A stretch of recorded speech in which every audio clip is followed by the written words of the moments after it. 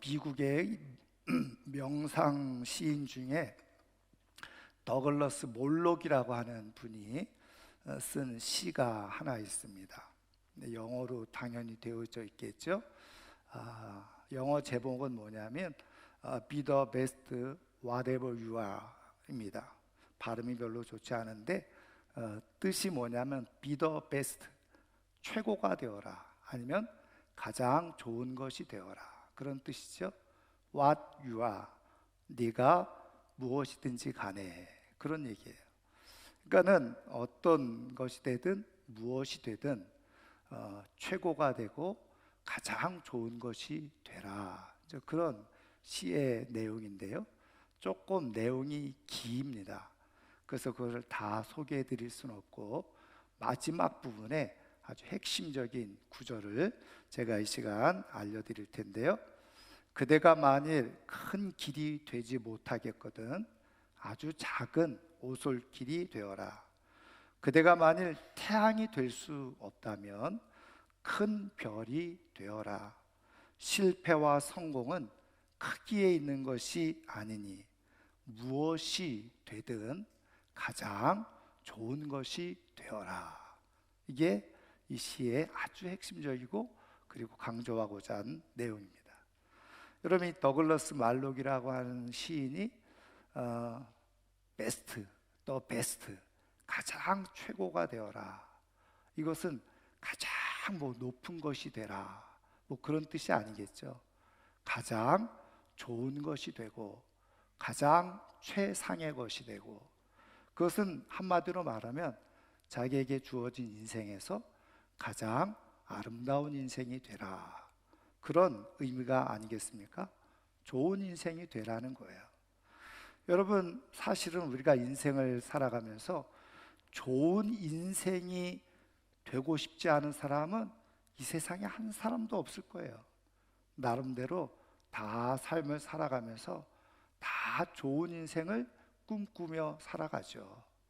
그런데 살다 보면 그렇게 되지 않고 있다는 것을 우리가 발견하게 되고 알게 되어집니다. 물론 원하는 대로 안 되기도 하지만 또 하나 결정적인 것은 무엇이냐? 좋은 인생이 되지 못하는 아주 결정적인 이유 중에 하나는 뭐냐면 좋은 가치관을 갖고 살지 않을 때, 그럴 때 좋은 인생이 되지 못한다는 겁니다. 여러분, 우리가 좋은 인생을 산다 그렇게 할 때 우리는 자꾸 이 땅에서의 인생으로만 우리가 제한해서 생각하고 판단하기도 하잖아요. 그런데 우리가 성경적으로 보면 우리의 인생은 이 땅에서만 있는 것이 아니라고 그랬죠. 저 영원한 세상, 말 그대로 이 세상과 비교할 수 없는 영원한 세계가 있다는 거예요. 하나님은 우리의 인생을 얘기할 때 성경을 통해서 항상 거기까지, 영원까지 우리의 인생을 말씀해 주고 있는 거거든요. 그러면 여러분, 자꾸 우리가 이 세상적인 가치관 속에서 이 세상에서 잘 먹고 잘 살고 출세하고 누리고 살아가는 것이 좋은 인생을 사는 것이다, 그래서 거기에 다 올인을 해요. 그런데 문제는 뭐냐면 영원한 삶에 비교해서 보니까, 그 삶으로 들어가다 보니까 어떻게 해요? 지금 이 세상은 정말 한 줌 재도 안 되는 그런 인생이었던 거예요. 그런데 그 영원한 세상 가서는 어떻게 되는 거예요? 다 지옥에 들어가서 거기서 고통 속에 살아. 그러면 여러분, 그걸 좋은 인생이라고 말할 수 있습니까? 절대로 그거는, 아무리 이 세상에서 좋은 인생을 살아도 그 좋은 인생이 아니에요. 여러분, 우스갯소리 가운데 그런 얘기가 있지 않습니까? 어떤 사람이 죽었는데 천사가 와가지고 지옥을 구경시키고 천국을 구경시켜줬더라는 거죠. 그런데 지옥에 갔더니 지옥을 구경시켜주는데 지옥에 갔더니 험하게 고통 소리가 막 들려오는데 어느 한 군데 보니까 말이죠, 사람들이 이 탕 같은데 바깥에 나와가지고 딱 아주 여유롭게 담배를 피고 있더라는 거예요. 그래서 와, 지옥의 형벌이 이거라면 나 여기에 들어가겠다. 그래서 거기를 택해서 들어갔더니 쉬는 시간 끝났다고 탕 안으로 들어가라. 탕 안에 들어가 봤더니 똥물이 막 끓고 있는데 거기에서 수백 년 동안 있다가 1초 쉬는 시간을 주는 걸 본 거예요. 뭐 그런 얘기가 있잖아요. 여러분, 우리의 인생이 마치 영원에 비해서 1초의 인생을 살아간다. 근데 여기서 뭔가 대단히 살아갈 것처럼 대단히 살아간 것처럼 막 하다가 그러고서 영원 가운데 지옥에 가면 그게 무슨 좋은 인생의 의미가 있겠습니까? 여러분, 그래서 하나님은 성경적인 가치관을 가지고 우리의 인생을 살 때 후회 없는 진짜 좋은 인생이 된다는 것을 말씀해 주고 있는 거예요.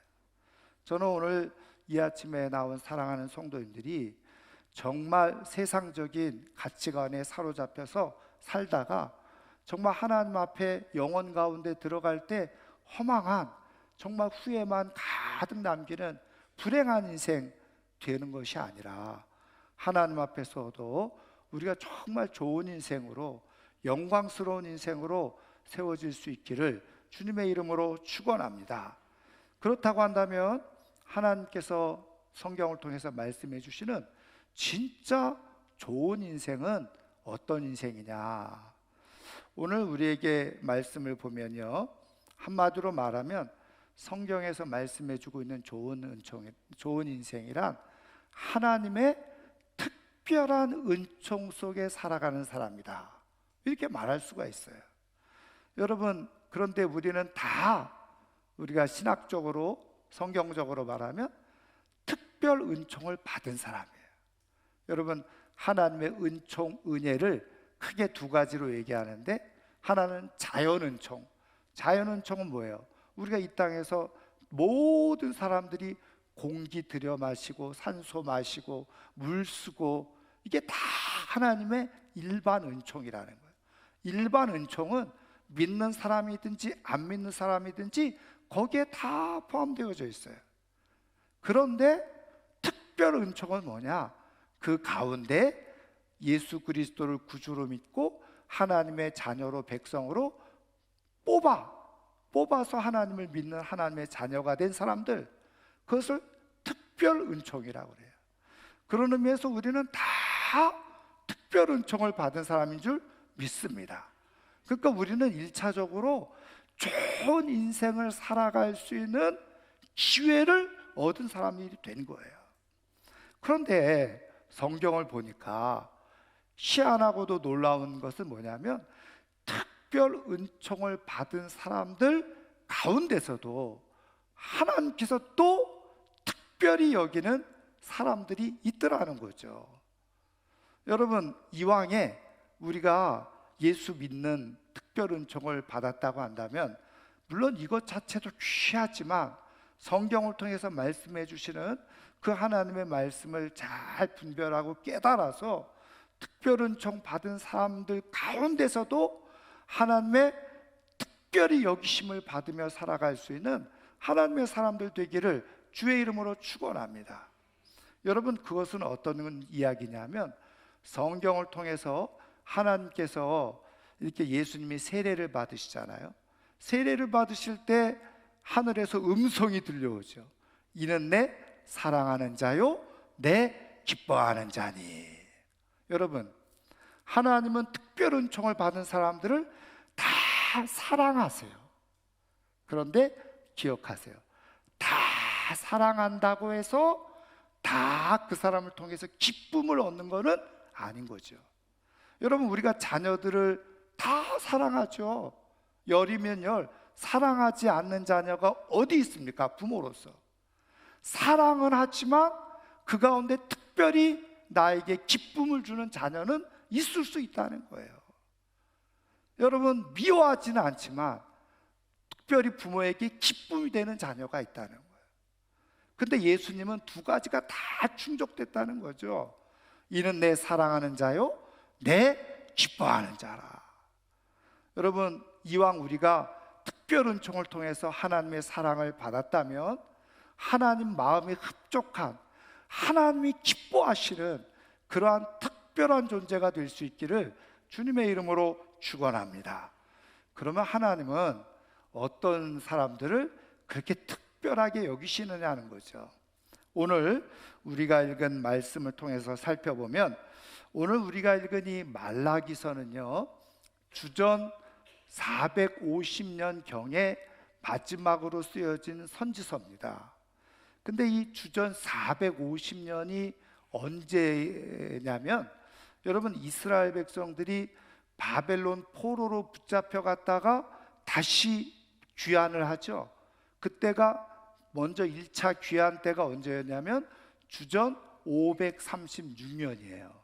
근데 536년에 돌아와서 이들이 제일 먼저 했던 일이 무엇입니까? 성전을 다시 건축하는 일이었어요. 근데 성전을 건축하다가 그 사마리아 사람들에 의해서 회방을 받게 되어져요. 그래서 결국은 15년 동안 중단하다가 우리가 성경을 통해서 알 수 있듯이 학개 스가랴 선지자를 통해서 하나님의 말씀이 선포되어지고 그들이 다시 힘을 내어져서 그래서 성전을 완공하거든요. 그게 이제 20년이 걸려요.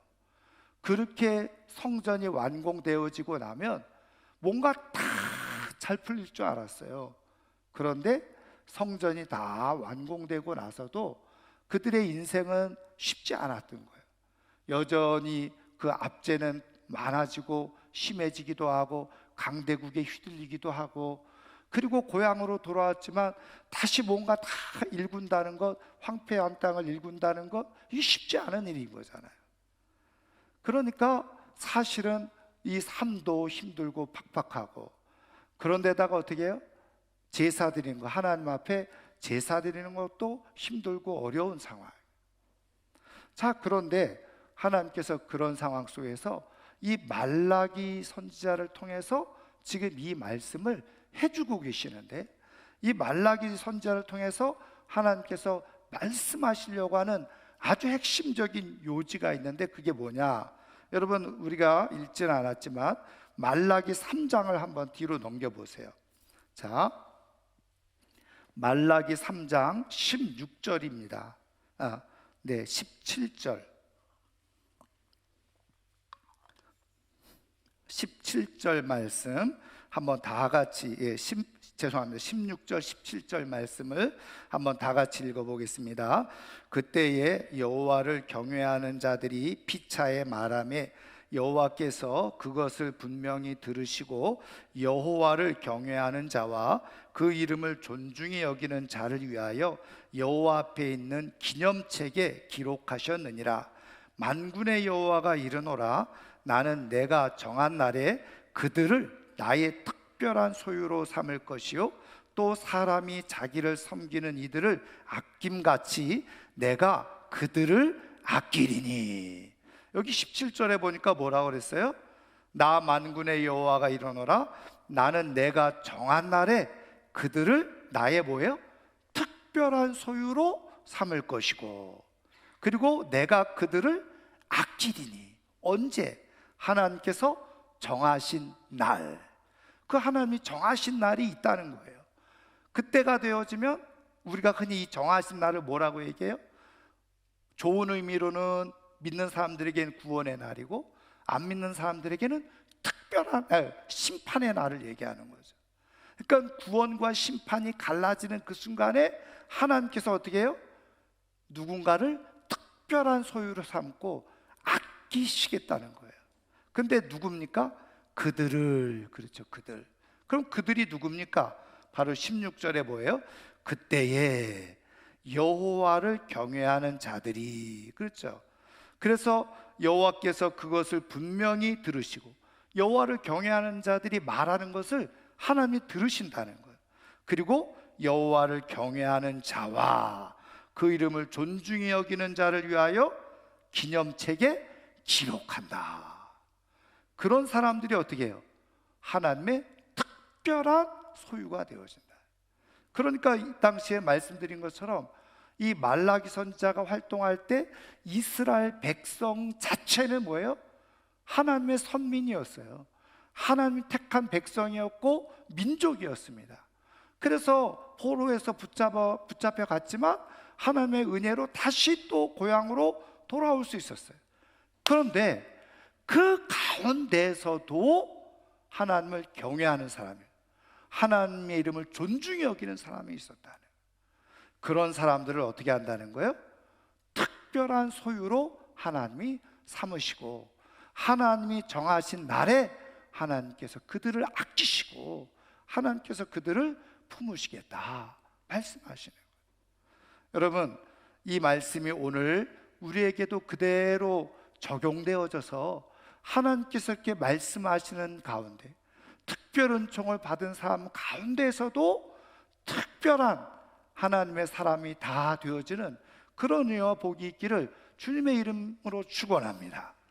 그런데 왜 이스라엘 많은 사람들이 그런 특별한 하나님의 소유가 되어지지 못했느냐? 오늘 우리가 읽은 말씀의 본문에 그 이유를 설명해 주고 있는 거예요. 여러분, 지금 오늘 읽은 말씀의 내용이 무엇입니까? 하나님의 이름을 경외하는 자들이 있었고, 하나님의 이름을 어떻게 존중하는 자들이 있었는데, 반대로 어떻게 해요? 하나님의 이름을 멸시하는 사람들이 있었다는 거예요. 여러분, 6절 말씀해 보세요. 오늘 우리가 읽은 말씀 1장 6절에 뭐라고 되어져 있습니까? 내 이름을 멸시하는 제사장들아. 그리고 또 6절 중반전에 보면 내가 아버지일진데 나를 공경함이 어디 있느냐.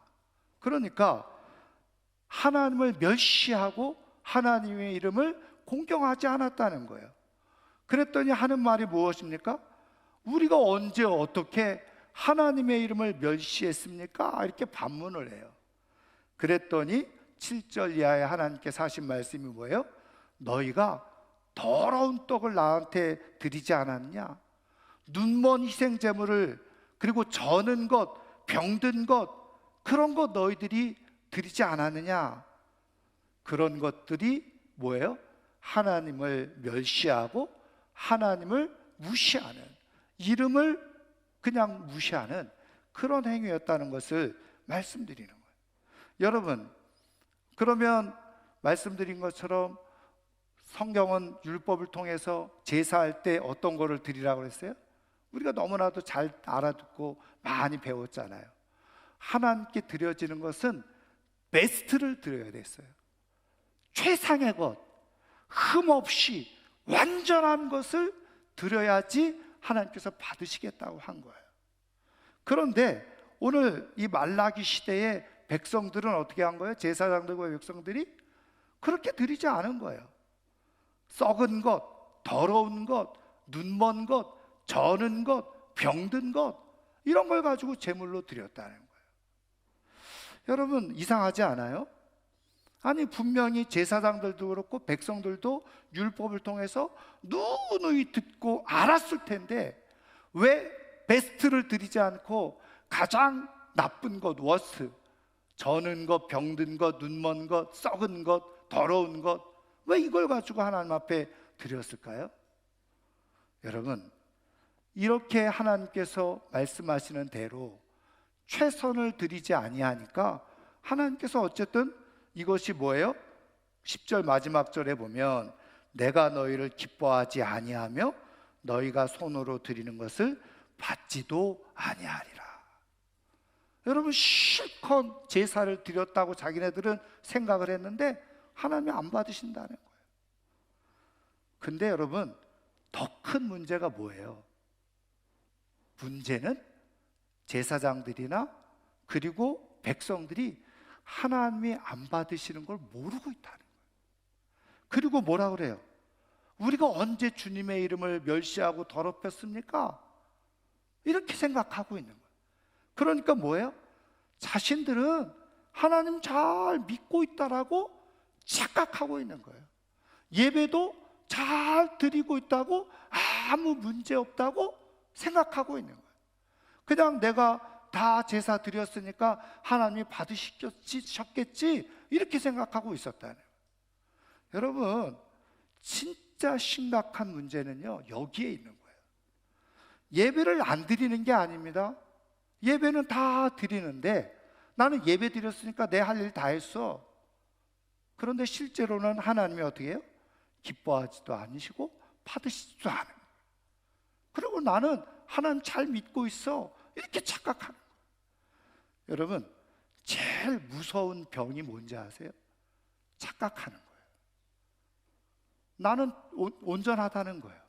나는 괜찮다는 거예요. 근데 병이 있어. 여러분, 그것처럼 큰 문제가 없어요. 여러분, 내가 몸이 아프다 그러면 어떻게 해요? 병원에 가서 빨리 치료를 받아야지 건강하게 살아갈 수가 있는 거예요. 근데 진짜 엄청난 죽을 병이 걸렸는데 나는 괜찮아, 그리고 치료를 받으려고 하지 않으면 그 사람은 그렇게 죽는 거예요. 그렇지 않겠어요? 여러분, 영적으로 신앙적으로도 마찬가지잖아요. 여러분, 진짜 무서운 거는 내가 하나님을 믿고 있는 것처럼 착각하는 거예요. 내가 하나님을 예배하고 있는 것처럼 착각하는 거예요. 여러분, 이게 얼마나 불행한 일이에요. 슬픈 일입니까? 그런데 여러분, 이상하죠? 왜 이렇게 하나님의 은혜를 잘 많이 받은 백성들이 왜 그렇게 지금 예배를 드리지 않았느냐는 거예요. 제사를 온전히 드리지 않았느냐는 거예요. 여기에는 분명하게 그 이유는 설명해 주고 있지는 않지만 힌트가 될 만한 성경 구절이 있어요. 오늘 읽지는 않았습니다만은 1장 2절을 보세요. 1장 2절. 자, 1장 2절을 보세요. 제가 읽겠습니다. 여호와께서 이르시되 내가 너희를 사랑하였노라 하나 너희는 이르기를 주께서 어떻게 우리를 사랑하셨나이까 하는도다. 자, 보세요. 하나님은 분명히 사랑하고 계시고 사랑하고 있다라고 말씀하셨어요. 그런데 중요한 것은 이 당시에 백성들이 하나님이 나를 사랑하시나? 이렇게 생각하고 있다는 거예요. 자, 그러다 보니까 어떻게 해요? 하나님이 나를 사랑하는지 안 사랑하는지 모르겠어. 그러니까 제사도 대충, 예물도 대충 이렇게 드리게 되어졌다는 거예요. 여러분, 그래서 예배가 온전히 드려지지 못할 때에 나타나는 나의 모습을 가만히 살펴보면 첫 번째 이유가 뭔지 아세요? 하나님의 사랑에 대한 확신의 부재, 사랑에 대한 의심, 이게 생기면요, 그러면 그때부터 예배가 정상적으로 되어지지 않아요. 하나님께 정상적으로 드려지지 않아요. 또 하나는 뭔지 아세요? 같은 맥락에서 사랑의 오용이 있어요. 사랑의 오용. 사랑의 오용이라는 건 뭐냐면 하나님은 내 형편 다 아시지. 그러니까 다 이해하실 거야. 하나님은 사랑이신데, 하나님이 얼마나 자비로우시고 긍휼이 많으신 분인데 내가 할 수 없이 예배를 이런 식으로밖에 드리지 못하고 적당하게 빠져도 하나님은 내 형편과 내 마음을 다 아시니까 괜찮을 거야. 두 가지죠. 사랑에 대한 의심, 하나님의 사랑에 대한 오해. 이것이요, 결국은 하나님 앞에 드려지는 예배를 온전하게 드리지 못하게 되어지는 원인이 되고 이유가 되어졌다는 거예요. 여러분, 지금 구약 시대에 이 이스라엘 백성들이 이렇게 드렸던 그 예배의 모습, 말씀드린 것처럼 더러운 것, 눈먼 것, 저는 것, 그리고 병든 것, 이런 것을 드리는 것이 오늘날 우리로 보면은 무엇을 말하는 겁니까? 여러분, 오늘날 우리로 말하면요, 하나님 앞에 온전한 시간을 드리지 못하는, 하나님 앞에 온전한 예물을 드리지 못하는, 헌금을 드리지 못하는. 여러분, 그러니까 보세요. 사랑에 대한 의심, 사랑에 대한 오해를 하고 있으니까 아마도 이렇게 저는 생각했을 것 같아요. 가만히 생각해 보니까 자신의 삶도 팍팍하고 힘든데 하나님이 이렇게 드려도 이해하실지도 몰라. 그리고 또 하나는 자꾸 뭐예요? 계산이 되는 거예요. 어떤 계산이 될까요? 이런 계산을 하는 거예요. 어차피 이거 다 하나님 앞에 드려도 다 불태울 거잖아. 불태우는 거 좋은 것 드려서 불태우나 썩은 것 불태우나 뭐 눈먼 것 불태우나 태워버리면 다 똑같은 건데 합리적으로 생각해야지. 하나님은 그렇다 해서 이런 거 안 받으실 분도 아니고 사랑의 하나님인데 그러면서 생각하면서 드렸을 거예요. 여러분 또 이런 생각하는 거죠. 사람이요 얼마나 교묘한지 유대교의 랍비들이 한 이야기 중에 그거잖아요. 송아지 두 마리가 있는데 하나는 하나님의 것이고 하나는 제 것입니다. 그리고서 하나님 앞에 인전 드리러 가다가 하나가 물에 빠졌어요. 그랬더니 뭐라 했다고요? 하나님 거 드릴 거에 물에 빠졌다고. 이게 사람들이 가지고 있는 아주 교묘한 생각이거든요. 여러분 어떻게 생각했을까요? 자 보세요. 여러분 양들이나 소나 혹은 염소 떼들 중에 병든 것 있어요. 저는 것 있어요. 그건 종자가 좋은 거예요, 나쁜 거예요? 나쁜 거죠. 근데 그것을 그 나쁜 종자를 가지고 그대로 키우면 뭐 다는 아니겠지만 그게 나쁜 종자로 나올 가능성이 훨씬 더 많죠. 아주 베스트 좋은 종자를 가지고 있으면 좋은 종자 나올 가능성이 훨씬 더 많죠. 그건 다 누구든지 경험상 알 수 있는 것 아니겠어요? 그러면 보세요. 우리 하나님 우리가 살아가기에 적합하게 뭐 양, 염소 이거 다 주셨는데 내가 먼저 잘 돼야지 하나님께도 드릴 수 있는 거지. 그래서 좋은 종자 두고 나쁜 것 하나님께 드리고 이거 가지고 자꾸 불려서 하나님 앞에 계속 드리면 더 좋은 거 아니야? 그런데 만약에 좋은 것 하나님께 드리고 내가 나쁜 것 가지고 계속 하다가 나도 망하면 하나님께 드릴 게 뭐 있겠어? 하나님도 손해지. 얼마나 그럴듯하고 그럴싸한 논리입니까? 그러니까 이런 생각을 가지고 그렇게 저는 것, 병든 것, 썩은 것 하나님 앞에 드리는 거예요. 그러면서 뭐라고요? 우리가 언제 하나님을 무시했습니까? 언제 우리가 하나님의 이름을 멸시했습니까? 우리는 다 하나님 잘 믿고 있습니다. 이렇게 착각하는 거예요. 여러분 그럴듯하지만 그 속에는요 하나님을 무시하고 멸시하는 탐욕이 가득 차 있었던 거죠. 사랑에 대한 의심, 사랑에 대한 오욕이 내가 하나님께서 받지 않으시는 예배를 드리고 하나님을 믿는 것처럼 보이지만 실제로 깊이 들여다보면 하나님이 없는 껍데기 신앙을 가지고 살아가는. 그런데 여러분 말씀드린 것처럼 이 당시에 이런 사람들이 대다수였다는 거예요. 그런데 어떻게 해요? 말씀드린 것처럼 그 가운데 힘들고 어려운 삶 속에서도 어떻게 해요? 베스트를 하나님 앞에 드리는 사람들이 있었다는 거예요. 어떤 사람들? 하나님을 경외하는 사람들, 정말 하나님의 이름을 존중하고 신뢰하고 높이는 사람들. 이런 사람들은 하나님의 사랑을 의심하지 않아요. 지금 여전히 똑같이 내 삶이 팍팍하고 힘들고 어려워도 하나님이 나를 구원해 주시고 하나님이 나를 선택해 주신 것만으로도 나는 충분히 감사해.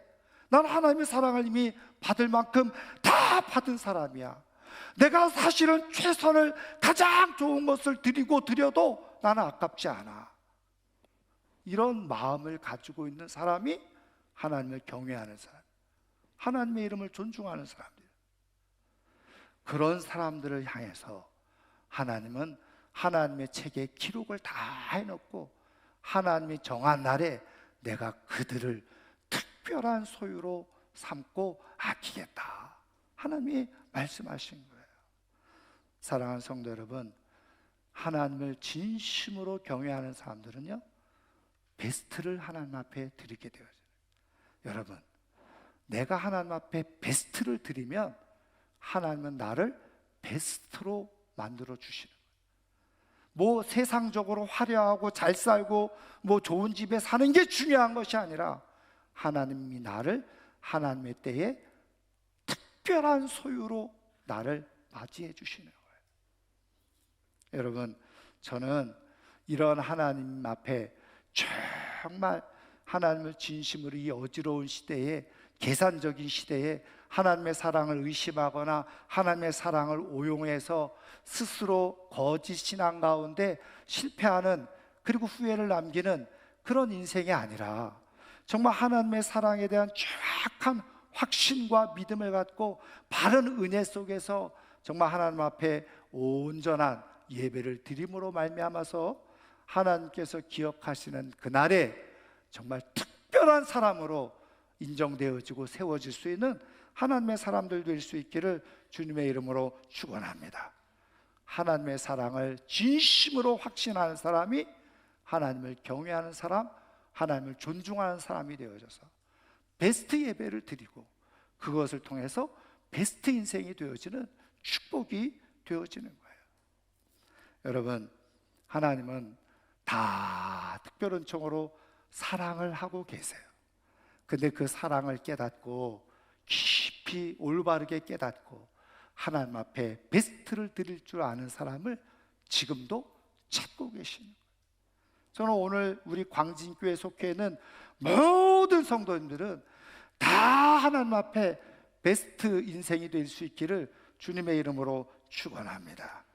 여러분, C.S. 루이스라고 하는 변증학자가 쓴 책이 있습니다. 영광의 무게라고 하는 책이 있는데 거기에 이런 대목이 있어요. 우리가 여러 가지 자연활동이라든지 때로는 우리가 생각할 때, 세상 사람이 생각할 때 비천한 활동이라고 할지라도 그것이 하나님께 온전히 드려지면 하나님께 영광이 되고 하나님이 받아주심이 된다는 거예요. 그러나 세상적으로 볼 때 아무리 고상해 보이고 화려해 보이고 대단한 것처럼 보여도 하나님께 드려지지 않은 일은 하나님이 보실 때 악한 일이 될 뿐이다. 여러분, 우리가 하나님 앞에 하나님이 기뻐하시는 것을 온전히 드릴 때에 여러분, 그것이 작은 것일지라도 베스트가 되어지는 거예요. 최고의 영광이 되어져요. 그런데 세상에서 아무 화려하게 대단한 거, 뭐 세상의 역사에 기록될 수 있을지 몰라요. 그런데 막상 영원한 세계에 들어갔더니 저 지옥에 떨어져 있으면 그게 무슨 의미가 있는 거예요? 여러분, 우리가 하나님 앞에 참된 예배, 베스트 예배를 통해서 정말 하나님께서 특별히 인정하시고 여기시는 믿음의 삶이 될 수 있기를 주의 이름으로 축원합니다. 말씀을 마치려고 하는데요, 제가 스포츠를 좋아하잖아요. 그래서 관심 있게 뭐 기사들이나 이런 걸 보는데, 여러분, 아쉽게도 우리나라 올림픽, 파리 올림픽에 축구가 본선에 진출하지 못했잖아요. 그것 때문에 그냥 축구협회나 다 욕을 먹고 있는데, 그런데 야구 국가대표 감독이 있어요. 류중일 감독인데, 이제 우리나라 야구도요 점점 세계에서 밀리는 추세에 있는 거예요. 뭐 10여 년 전까지만 해도 막 세계 1, 2위를 다투다가 국가대표 선수들이 나가서 지금은 점점 밀려요. 그래서 예선 탈락을 늘 해 나가면. 그래서 류중일 감독에게 어느 기자가 물은 거예요. 도대체 왜 우리나라 야구가 왜 이렇게 자꾸 뒤처지냐. 그랬더니 류중일 감독이 아주 의미 있는 말을 해요. 요즘 야구 선수들은 예의가 없다, 이렇게 얘기를 해요. 그 기자가 깜짝 놀란 거예요. 아, 예의가 없다니요? 그래서 류중일 감독이 이렇게 얘기해요. 요즘 선수들은 야구에 대한 예의가 없다, 이렇게 얘기를 해요. 그래서 그게 무슨 말이냐? 야구에 대한 예의가 없다니. 야구에 대한 예의가 없다는 말은 야구를 존중하지 않는다는 거예요. 야구를 소중하게 여기지 않는다. 그럼 어떻게 여기냐? 야구를 잘 들어보세요. 자기 인생의 돈벌이 수단으로 여긴다는. 그런데 아니, 그러면 야구에 대해서 예의를 갖추고 존중한다는 것 무슨 말이냐? 어떤 선수들이 그러냐? 그랬더니 하는 말이 세계적으로 큰 기량을 꾸준히 계속 발휘하고 있는 사람들은 다 살펴보면 야구에 대해서 예의를 갖춘 선수들이라는 거예요. 그럼 그 선수들은 어떻게 하냐? 우리나라 선수들은요, 조금 이름 알려주고 그러면 기본 훈련을 안 한대요. 기본 훈련을. 그리고서 그냥 대충대충 하거나 아니면 자기가 하고 싶은 것만 한다는 거예요. 그런데 세계적인 선수들을 다 살펴보고 연구해보면 사람들이 아니 저런 대선수가 저런 훈련을 해? 할 정도로 초등학교 선수들이 하는 기초 훈련을 계속 반복하고 있다네. 기본을 계속하고 있다네. 그러니까 기본이 탄탄해지고 바르게 되어지니까 그 위에 계속 발전이 이루어진다는 거예요. 근데 우리나라 선수는 조금 프로 선수 정도 되면 기교만 늘고 기본 훈련을 등한시하고 갖추지 않는다. 그러니까 조금 반짝하다가 주저앉는 선수들이 많은데 지금 그런 선수들이 우리나라의 대다수라는 거예요. 그게 문제라는 거예요. 여러분, 손흥민 선수의 아버지가 손흥민 선수를 키울 때까지 계속 강조했던 것 중에 하나가 뭘까요? 류중일 감독하고 똑같은 얘기를 한 거예요. 축구에 대한 예의를 갖춰야 된다. 축구는 함부로 하는 게 아니야. 여러분, 세상 사람들도 자기가 가지고 있는 전문 분야에 대해서 예의를 갖추려고 해요. 그래야지 끝까지 훌륭한 선수로 남는 거예요. 근데 우리의 영혼의 주관자 되시는 하나님을 우습게 여기고 가볍게 여기고 예배 내가 드리고 싶으면 드리고 안 드리고 싶으면 안 드리고 예배도 대충 드리고 그러면서 내가 하나님의 사랑 속에 있다? 그건 스스로 속고 있는 일이라는 거예요. 속이고 있는 일이에요. 하나님에 대해서 예의가 없으면 진짜 하나님께서 기뻐하실 만한 특별한 자리에 들어갈 수가 없어요.